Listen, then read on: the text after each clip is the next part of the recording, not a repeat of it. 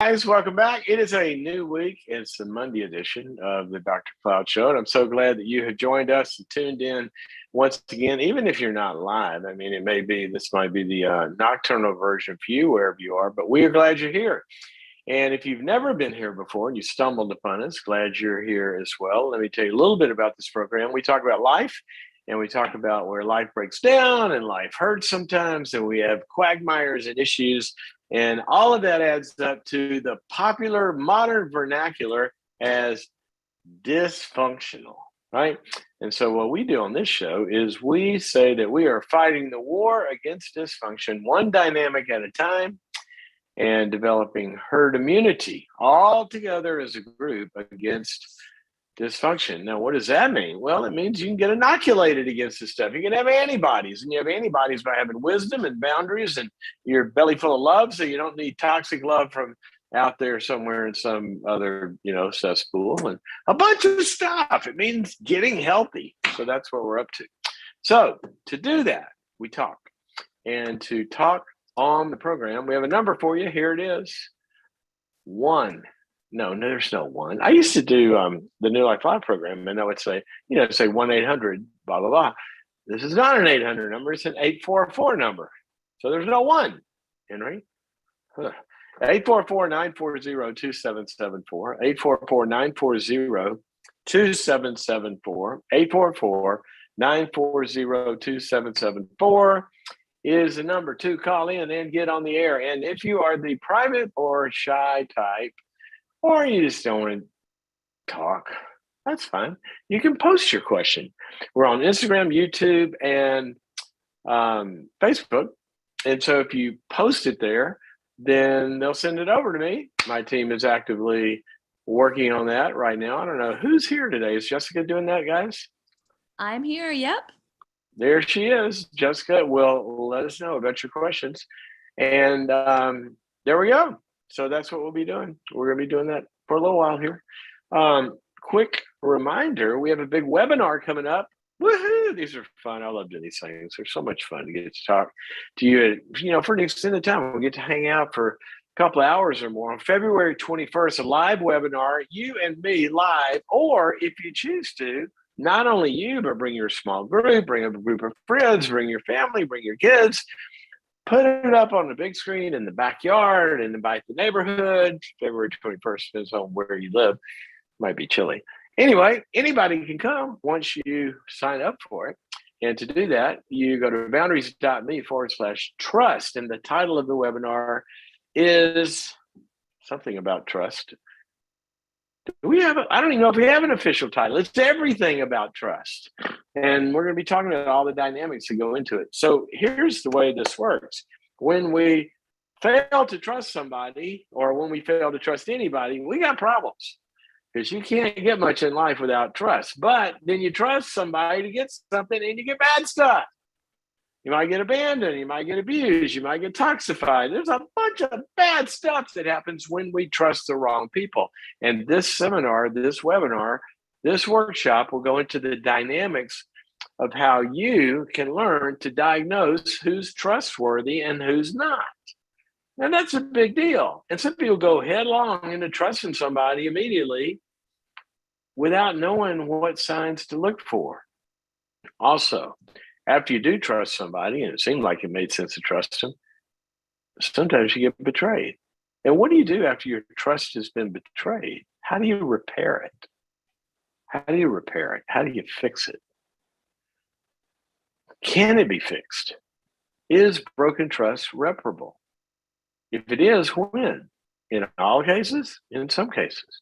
How do you know who to trust when? And if you are not going to trust somebody, how do you know who never to trust again? Or at least until something changes, maybe. We're going to look at all that. Maintaining trust, building trust, breaking trust, repairing trust. February 21st, live webinar right here. Go to boundaries.me/trust to sign up. And while you're there, check out the boundaries.me platform. As always, I keep telling you, we have over 90 courses available on there in all sorts of topics, kind of topics we talk about here on the show, but going much deeper and giving you paths and growth paths. And get this, with boundaries, I think all Boundaries.me subscribers get this, I think. I come into your inbox every day and give you a particular step of growth that day to walk down. Boundaries.me. It's the platform for growth. So go check it out. All righty. As always, while you're dialing in there, 844-940-2774, we're going to talk about the thought for the day. Now, today's kind of interesting because, as you might know, I'm a psychologist. And so that puts me square in the camp of being a social scientist, which means I live and breathe and die by a bunch of science and a bunch of research in psychology and neurobiology and neuroanatomy and relationships and marriage and clinical diagnoses and all of that stuff, psychopharmacology. I live in that scientific world. And I always believe, and I've never seen it not be true, that research in the scientific literature, the world of science, good research always validates also what the scriptures tell us. And what's fascinating to me is the places where God has designed life. He kind of gave us the owner's manual to life, right? And how to live it, like you get a manual for your car. Do this and things don't break. If it breaks, do this, all that. But that always is what science tells us. And so the opening thought of the day, I usually pick some thought from the science of psychology and then talk about the scriptural parts of that too. Well, this time, I'm going to go the opposite direction. I've never done this before, but I'm going to take a theological concept. Okay, now for those of you who are not people of faith, just hang with me on this. Okay, just you haven't been to Sunday school in a long time, so make your grandmother happy. Go to Sunday school here for a minute. All right. So, and the rest of you who are people of faith, you may or may not recognize this. It's a theological term. But I'm going to take the theological term and I'm going to show you how it applies to life, whether or not you are a believer in God or not, or follow the teachings of Jesus as I did. So here's the theological scientific term. Are you ready for this? It's called the Doctrine of Justification. The Doctrine of Justification. Now, even if you studied Western civilization history, about the Protestant Reformation, right? That Protestant Reformation was all about Martin Luther and the doctrine of justification by faith, and that's where the Protestant Reformation came from.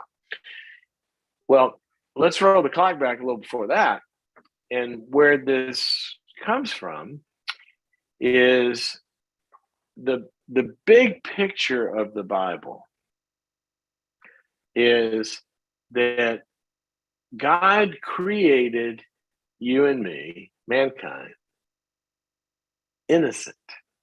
Okay? Totally innocent. Not only innocent in naivete, because we weren't supposed to eat from the tree of knowledge of good and evil, and even learn what evil was or bad things were. We were innocent like babies, right, in that way. But we were also innocent in that we had never committed a violation that we were guilty for and held responsible for. And if you go before a system of justice in any court system, any country has a system of justice and there are laws. And if you violate a law, then you must pay the penalty. All right. So that's how God created us, innocent. There weren't even any laws not to break. In fact, don't even go into the realm where there are laws to break. Just stay innocent. Just enjoy life. Okay? Well, then we broke the only one law he gave us, which was to eat of the tree of the knowledge of good and evil, which ultimately was really the wish to be God, to be the judge, and be like God as Satan tempted them to be. And that rebellion to fire God and usurp the government, the ultimate coup, where we take God off the throne and put ourselves on the throne, that was a violation of the law of God, which threw us into a state before God called original sin, which makes all of us guilty before him. And then what we see in the Bible was from that broken and diseased state. Now, we can get into all the psychology of this and anthropology and everything else, but it is a diseased state, just like a cancer cell. A cancer cell is a cell that breaks off from the rest of life and it creates death, right?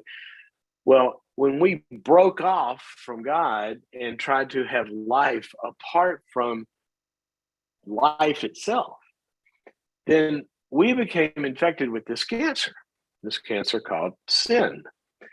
Now, from the cancer, we act out symptoms of that place of being sick. And so what do? We lie, we cheat, we steal, we do a bunch of other stuff. It's basically just a living out of the cancer of being disconnected from perfection, who is God. We're just living out our imperfect selves. And so God one day said, well, if you don't want me, I'll give you religion. How about that? Who would trade in God for religion? Well, we did. And we ended up with the religion, and he gave us a bunch of these laws and rules. Well, don't do this stuff, right? Well, out of our imperfect, fallen, cancerous state, we can't help ourselves.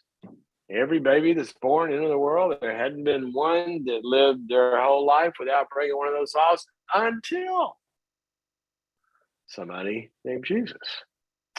But until then, and since then, apart from him, we're all guilty of breaking the law of God. So the way God was going to resolve this was, he said, I've been watching you guys, and there's no way you're going to climb yourself out of this pit because you can't pay off your traffic ticket. Okay, you broke the law, you sped, here's a ticket.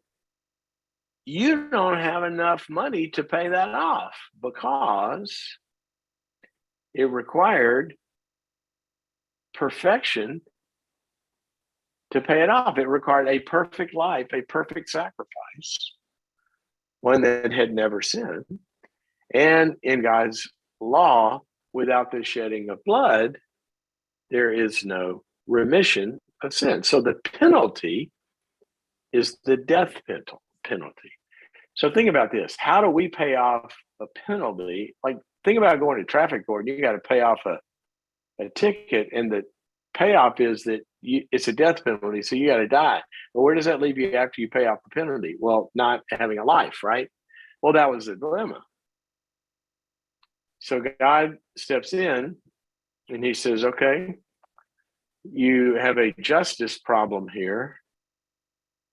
You got a penalty. That penalty's got to be paid. But if you pay it, that means you got to die. And that means I can't have you anymore. And I love you. Now remember that line. I love you and I miss you. But I can't have you anymore if you die. Because I'll be separated from you forever. But I have to be just, and sin has got to be paid for, like in any court. What do I do? How can I get sin paid for and not lose you to death? And then Jesus, who could pay that penalty, because I said it required a perfect life, he said he would pay it, and it required blood, the death penalty, without the remission, the sacrifice of blood, or the blood sacrifice. That's why they did that. So he said, I will die the death penalty. I will shed my blood. That will pay the penalty for them. And then I will come back to life. I won't be separated. And then if they connect with me, and take that payment and put it on their credit card, it wipes out their debt, and now we can all be together, and justice has been served. All right, so that's where the justification doctrine comes from. Now, here's what it says. This is the good news. This is why they call it a gospel. The good news is that once God has paid the penalty for my sins through Jesus, now in my relationship with him, please hear this, the doctrine of justification says, when he looks at me, he doesn't look at me as bad. He doesn't look at me with anger and hatred and contempt. He sees me making mistakes, but he removes the condemnation from it. And he coaches me to get better without the wrath, without the anger, without the guilt, without the shame, without the condemnation, because I'm justified. What a great way to live before God, because if we fail, if we screw up, if whatever, we can turn to him and say, oops, sorry. And he goes, no problem, it's taken care of, let's do better. Without shame and guilt and anger and contempt. Contempt, by the way, is one of the, by the way, as the researcher Gottman says, one of the 4 behaviors that, along with actually judgmentalism, criticism, that causes divorce. I mean, this stuff is real. So God looks at us emotionally in a way that would never cause a divorce. He's not critical. And he doesn't look at us with contempt. So what in the world does that have to do with us apart from God in our lives? Well, what he said is, just as God in Christ has forgiven you, then forgive one another. So he says to us, in effect, I have taken away all the emotional aspects that would cause your broken relationships to not be able to be restored. And now it's kind of up to you. And if, when you fail each other, if you would use the same tools that the doctrine of justification gives you, which is to see your brother or sister or husband or wife as having failed, but you forgive them and you see them without contempt and shame and criticism and anger, but you accept them, not negating what they're doing wrong. That would be not to have boundaries. In fact, God says he still disciplines those that he loves. If I'm screwing up, he still tells me, he sets limits. But he doesn't hate me. He doesn't have contempt. He always makes a way back. What if every relationship did that? What if we said to each other, you know what, I see you as okay. You're okay in my eyes. I forgive you. I'm not mad at you. I'm not going to yell at you. I'm not going to have contempt. I'm not going to make you bad.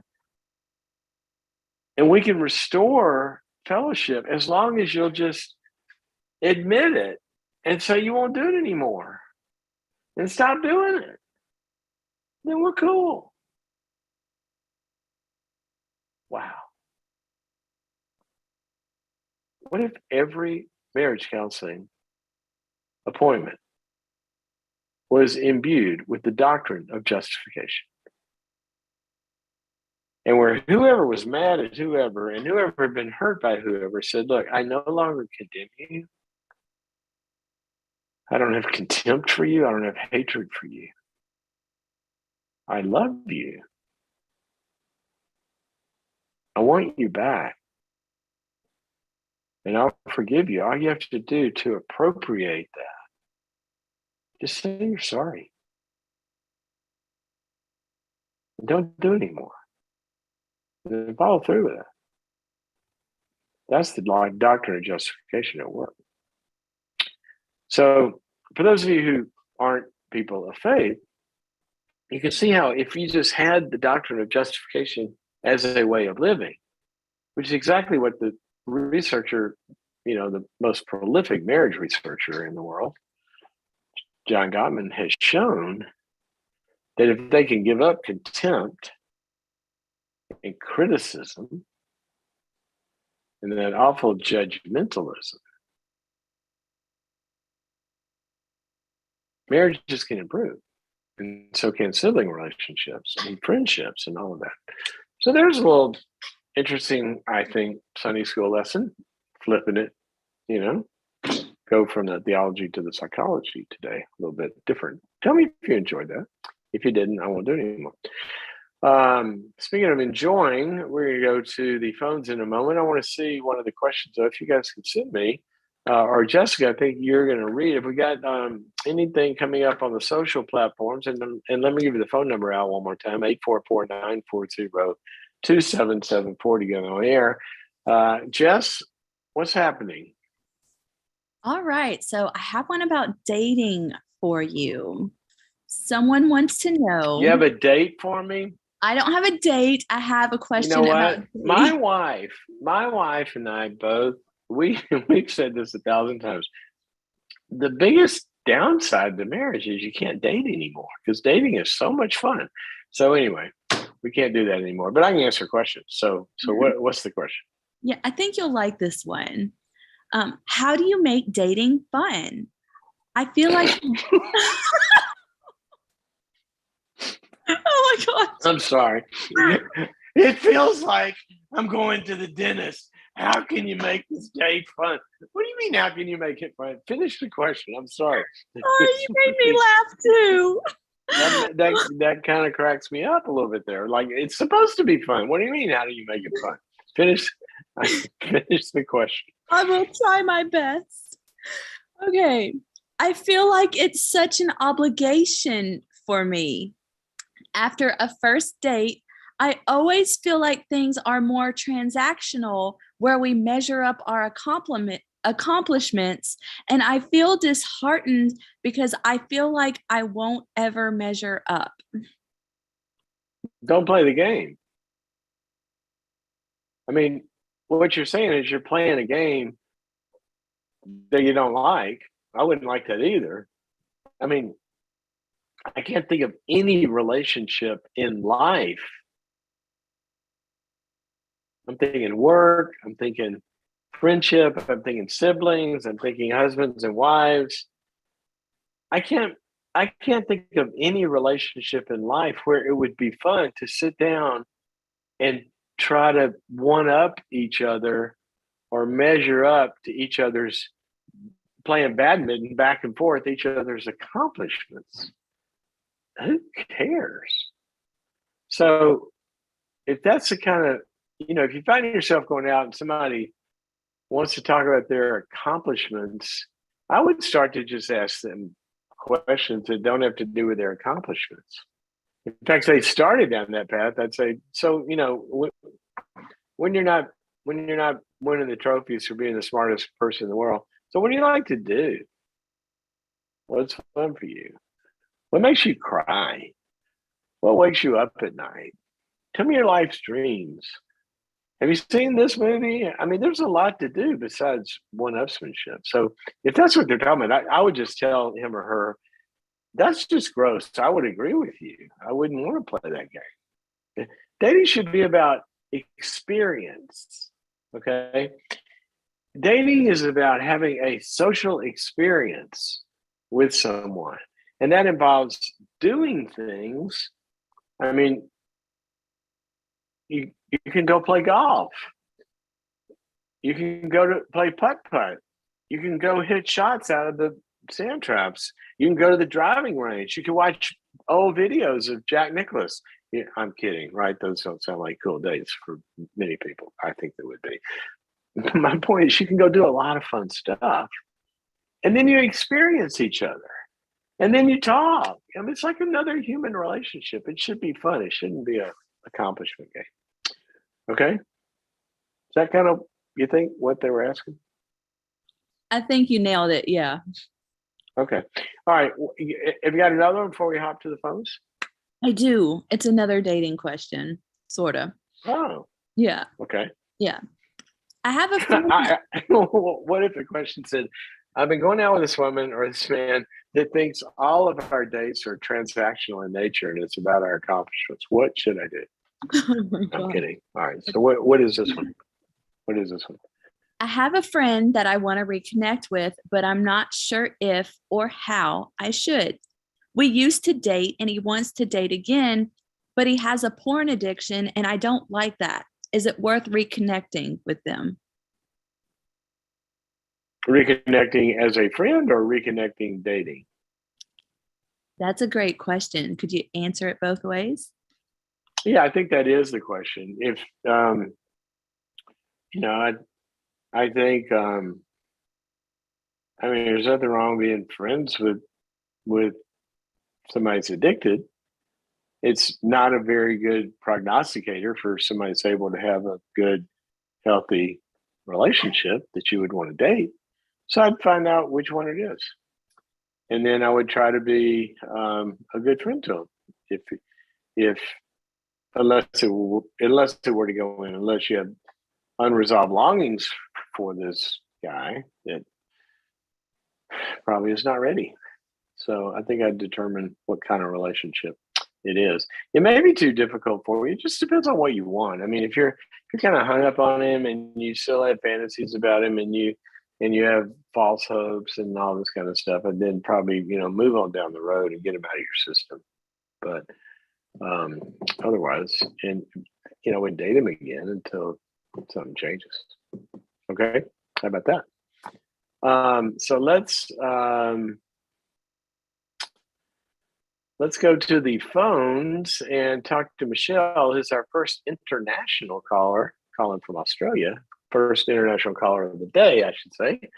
Calling us from Sydney, beautiful city. I love Sydney, and she listens on Facebook. Michelle, welcome to the program. Henry, I'm a big fan of yours, and it's a real privilege to speak with you today. It's Tuesday morning here in Sydney. Well, I'm glad you called. I'm glad I got through. I have tried before. Well, thanks for your perseverance. Now tell me what I can do for you. Well, I'm a single mum. I've been separated and divorced now for almost 6 years. And about 18 months ago, met a man who had only lost his wife 4 months before that. And we developed a friendship. Yeah. I knew his wife. I hadn't met him, but I had been praying and believing and waiting for someone. And he kind of actually fit some of the surface things kind of boxes. I didn't really want to get into a relationship with a single dad. He had 4 children. I knew the complications of trying to blend families, but we have, I guess, fallen in love and pursued a relationship. I have 5 children. He has 4. Thankfully, they're all kind of older. Oh my gosh! You guys together, you've got an army. Almost a whole rugby team. Seriously. And what are the ranges of the kids? Well, his oldest is 30, and then he's got a 29-year-old, 18 and 11, and mine are 24. I've got twins almost 21, 18, 16. So each of you only has one who's still under 18. Dependent. Yeah. Okay. Wow, that's good. Now you just upped the game. Yeah, most people with 9 kids, I can't. They can't say they're not dependent, and they just because they're in their 20s. But you've said that, so that's really a good sign. You guys have done a good job. Yeah, you've raised some independent adults. Okay, so he lost his wife. Mm-hmm. You knew the wife. You didn't know him. He lost her. 4 months later, you guys meet through a friend. Yes. Yeah, we actually met through a friend. He actually started. Yeah. Okay, and you've been dating how long? Well, my side of the story is pretty much not long after we met. His side of the story is that kind of after he'd gone through his grief, about a year after his wife had passed, which is almost a year. So I was kind of put my whole heart into it. Yeah, even though we were seeing each other, we were getting to know each other as friends, and it was probably, even though and that's probably the problem that I still am facing, that I wanted to talk to you about, because for me, it's kind of like I'm obviously more ready to be in a relationship than he was when I met him, and I kind of put my whole heart into it, and then he can I ask a question? Yeah. Can I ask a question? So you were in this relationship for it sounds like 8 months emotionally sooner than he was. Yeah, that would be a good way to articulate it. All right. So during the 8 months ramp up time for him, or grieving time, or whatever that was, you were in the relationship. Were you guys treating it during that time like a strictly friends relationship, or was he in a real dating relationship with you, but just emotionally not in it? Yeah, I would say we had he was in a dating relationship with me, but I think the way he describes it is that he didn't know where his wife ended and I began, and also he kind of was going through the numbness of the grief. I see. Okay, that makes sense. Yeah, I mean, you could almost say, kind of statistically, this isn't always true, but he started dating you too quickly. Yeah. So I don't fault him. I listened to one of, Yeah, I don't fault him for feeling not all present for another year or more, actually. It's just he probably maybe would have done better to not be in a dating relationship at that time. But anyway, it is what it is. So what's the question? In other words, I don't fault him for having a hard time. It's only 4 months after his wife died. He just happened to, y'all were where you were. So, or probably more 5 months. Yeah. Yeah, and you didn't have those barriers, so your heart was more available, and there you go. Okay, so what's the what is the question? I guess now we kind of are like 18 months down the track. I had expectations that there would be, that he would be more open about our relationship, with certain, because he's had a lot of connections that he had with his wife, who he was with for 30 years. So it's like he can be with me around certain people who know us only in kind of like this new season, but around people that he's known and people who have known him as her husband. It's almost like I feel like he would rather me not be around, or he treats me kind of differently, like we're just still friends. Why? Why does he do that? Why does he do that? That's what I'm not getting from him. I don't know. I think we had a bit of a talk about it on the weekend, but I don't feel like he can be truthful about that. He says that he is being open with people, but his words and his actions aren't matching up. So I've told him, I've kind of put up a boundary now and put on the brakes and said, when you are ready to be with me in public as well as in private, as your girlfriend, then I'm happy to carry on the relationship. Good for you. So what's the question? Yeah. Sounds like you solved it. Right? You're saying at this point, I mean, I would want to understand his reasoning for that. You know, and it could be, what could it be? I mean, does he feel like they might judge him for being with somebody and like he didn't wait long enough, or they're loyal to her and they're not going to let anybody back in, or what is it? In some kind of shame in those relations, which is he doesn't have to have.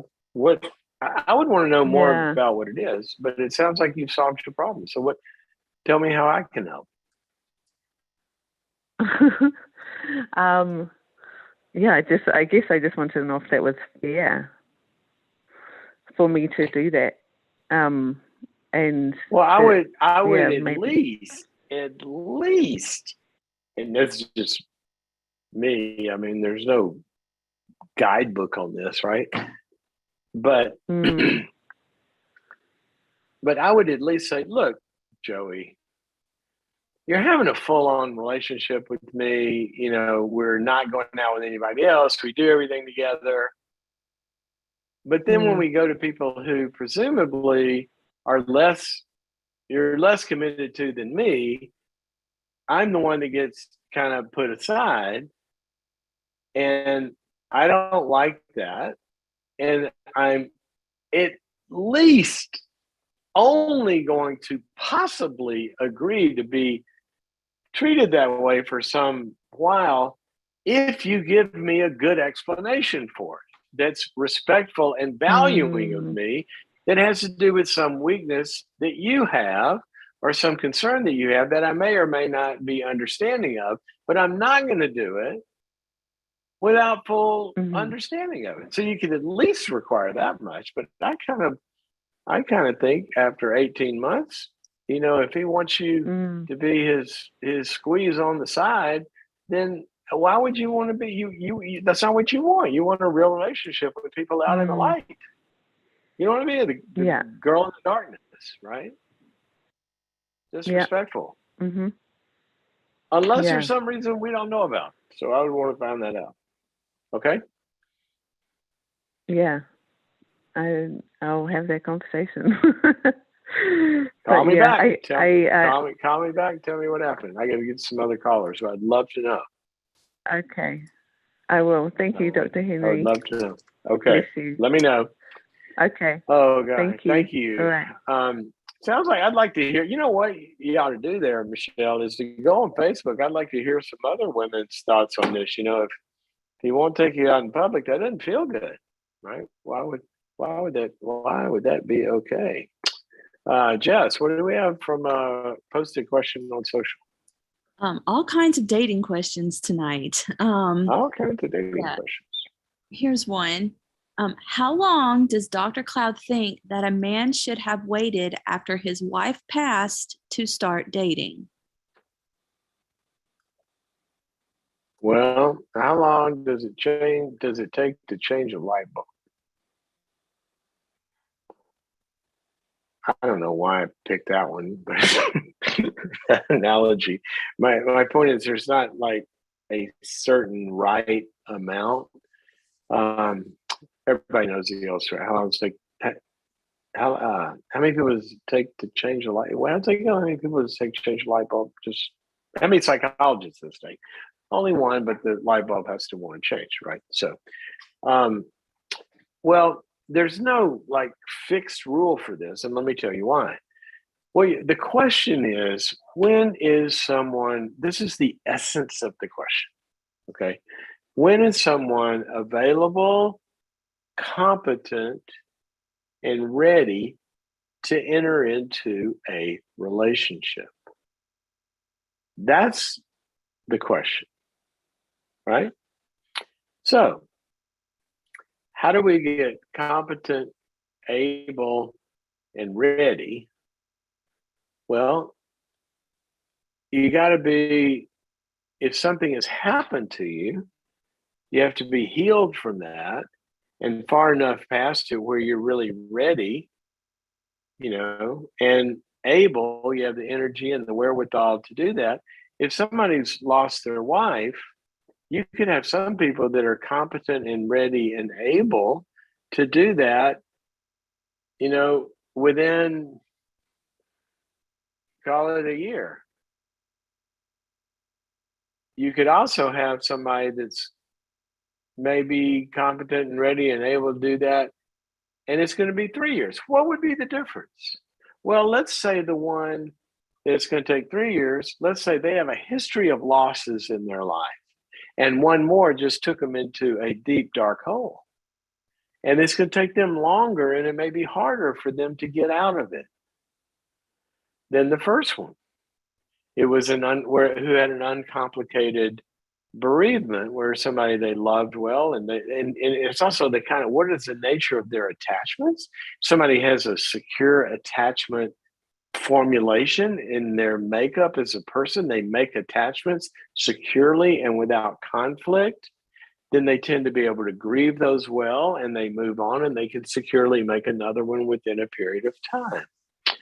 If somebody has ambivalent attachments, anxious attachments, abandoning attachments, problematic, conflictual, all of that, it's not so easy, and there's a lot of stuff to work through.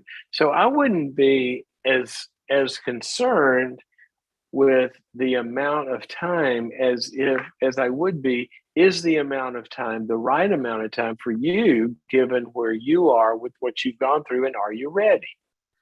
Now, here's the big caution I would have against going too soon, is because it could be the sort of the emotional equivalent of a rebound relationship. In other words, you go through a loss and you're going to go through grief. Well, you could skip the grief if you go into some denial of the grief and some way of medicating you against the pain of the grief, which a new relationship could do. You could quickly, falsely fall in love in kind of a manic high that would cover up the depression, kind of a mini manic depressive cycle. Instead of going through the depression, you go manic and fall in love, which falling in love is a manic state that denies the pain. And then you get into this relationship, which is delusional by definition, because it was a manic choice, and you're going to idealize it and not see the train wreck that you may be picking in order to stay away from the pain. So I would want people to go through some really good grief work, join a grief group, get your life back, structured, all of that kind of stuff.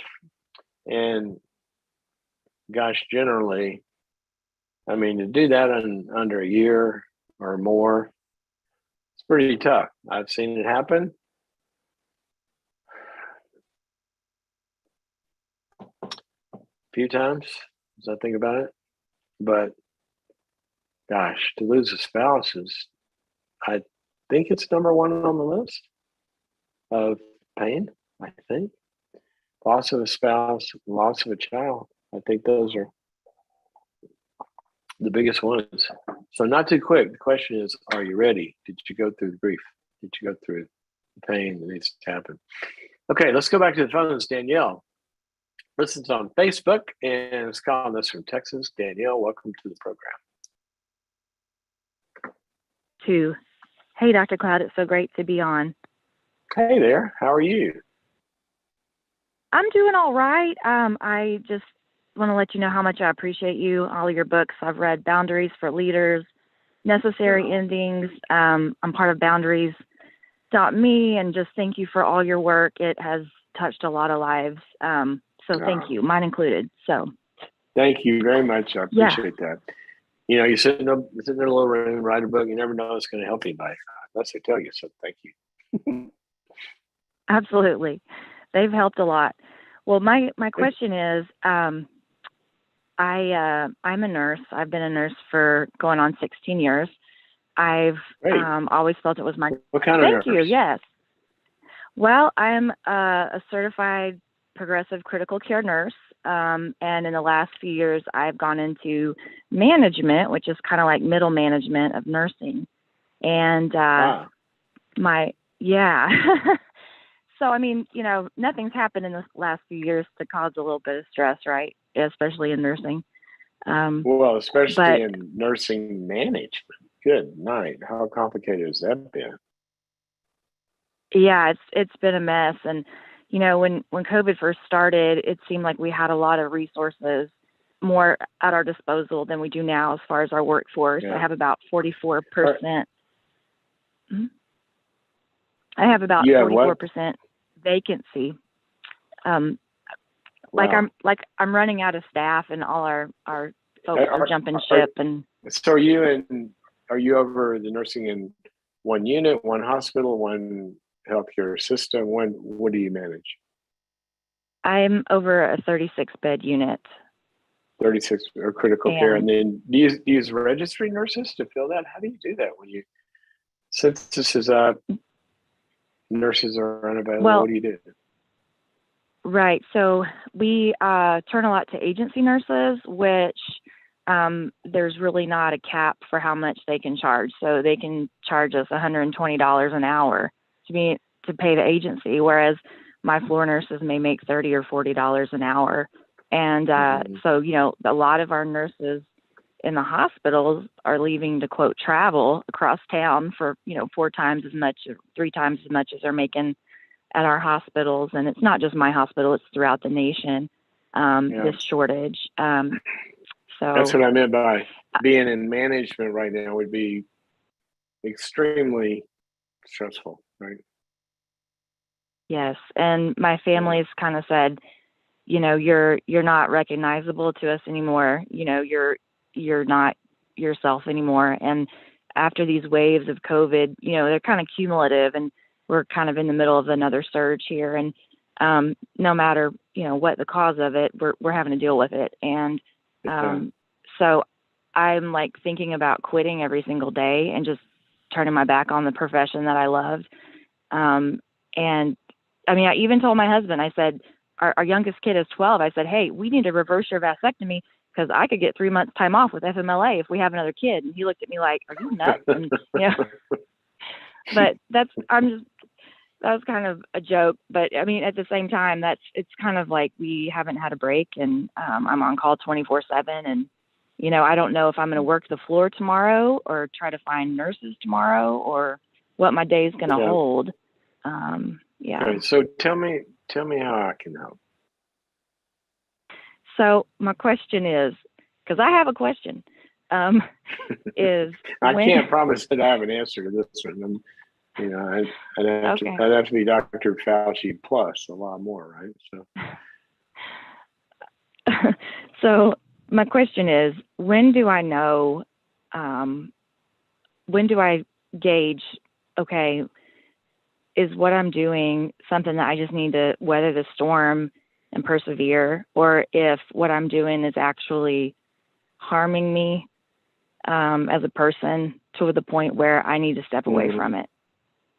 Yeah, it's a great question. It's an important question.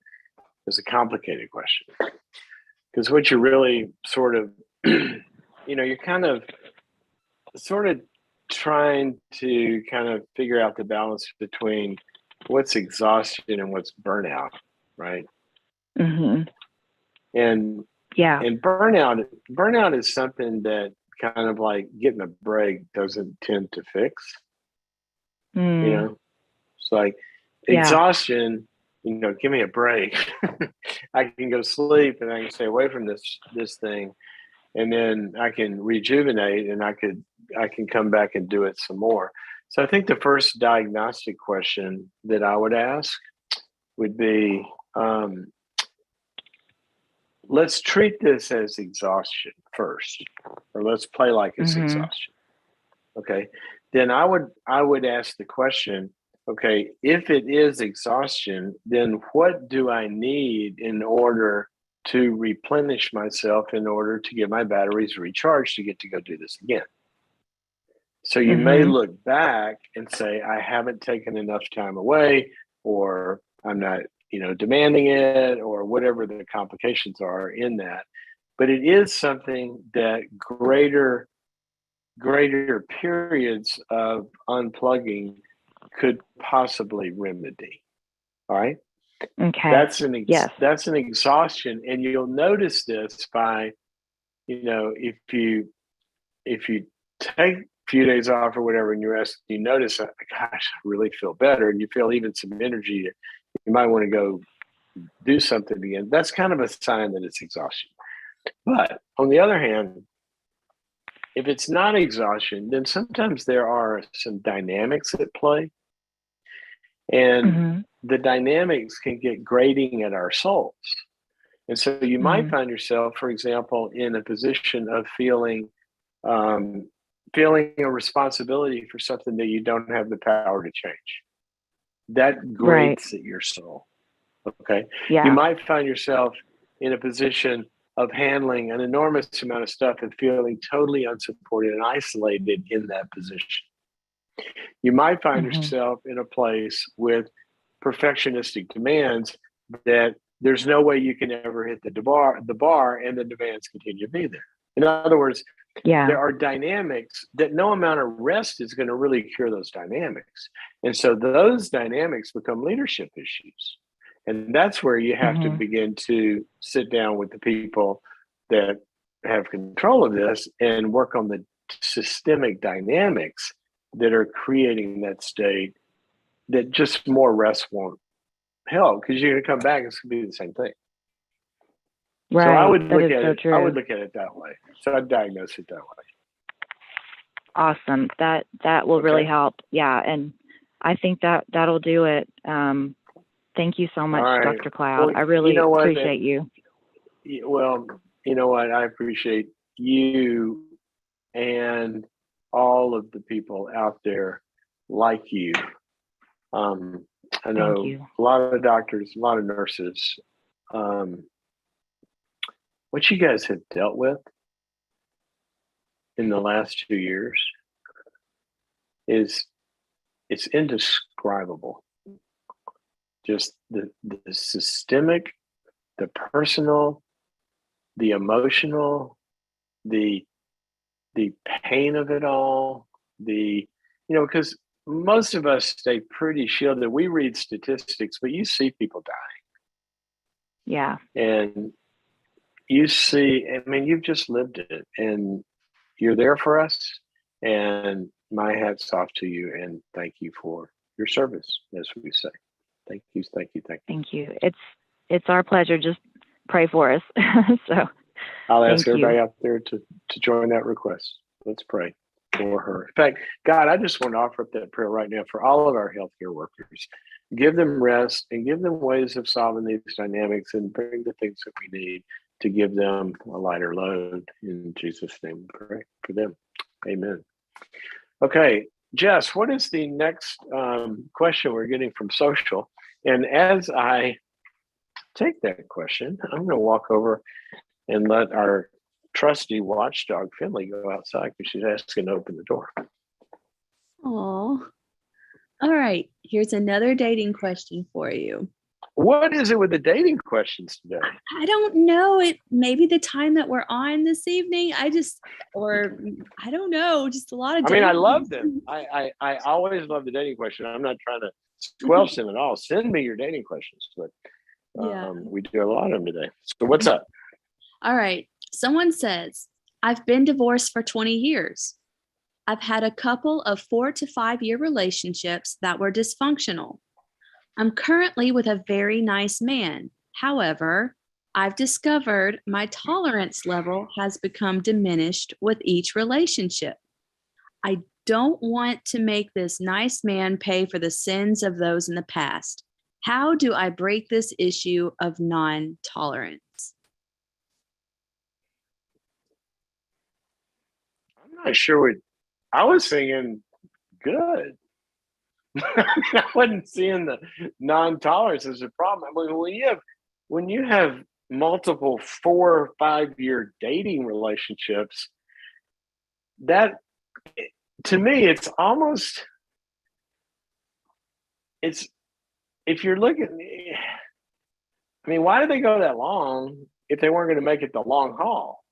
Like, what were you tolerating longer than maybe would have been appropriate, to where you could, move on down the road and find somebody that, you weren't going to jettison after a couple more years. I mean, this is a serial kind of pattern here.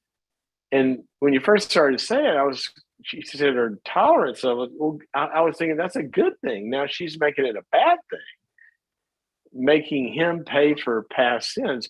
Well, the question would be, the only way intolerance is a problem is if you're hypercritical or criticizing or intolerant of things that everybody has to tolerate. You follow me? It's like if your standards have grown to gargantuan, nitpicky levels, and you're becoming intolerant of anything human, then you probably ought to kind of be nice to the human race and take some time off if you're getting ultra critical. But if you're not, then why are you tolerating a bunch of stuff anyway? And you're not making anybody pay for past sins of other people if they have sins that they're actually committing and you're addressing those and not tolerating bad behavior. That's a good thing. So that's kind of the way it sounds to me, unless you're transferring old baggage and beating up some new guy because the old guy was a jerk. Well, that's not good. So just tell him, hey, if I start getting on your case, it may be about, Joey number 1, not Joey number 2, and call me out on that. So you could try that as well. But I'm just going to ask you to revisit it and ask, maybe you've been tolerating too much. Does that make sense? I think it does. And I was going to say real quick, someone on Facebook pointed out that, why so many dating questions? Everyone is getting ready for Valentine's Day. Well, you know what? Let's have more dating questions as we approach the day. Okay, speaking of approaching the day, I got to run. It is time for us to wrap this one up.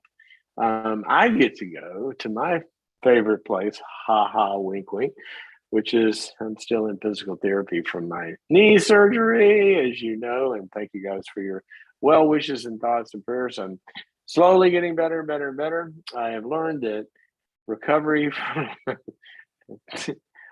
I've had 3 surgeries in the past little over a year.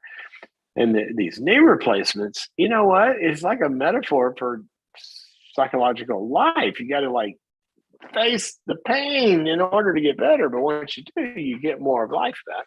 So anyway, I'm going to go be miserable for a while. So how about that? Don't forget, we have a webinar coming up February 21st on trust. What to do when your trust is broken. How do you build trust? How do you restore it? How in a good relationship do you make it secure? How do you let somebody in or never let them back in? And how do you know when to trust, when not to trust, and how to build it, and how to repair it, and how to break it, and how to all that stuff.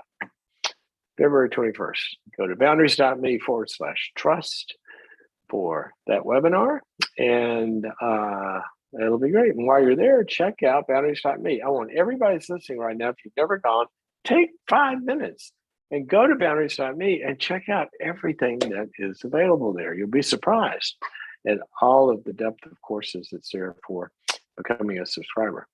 Okay, love you guys. I'll see you.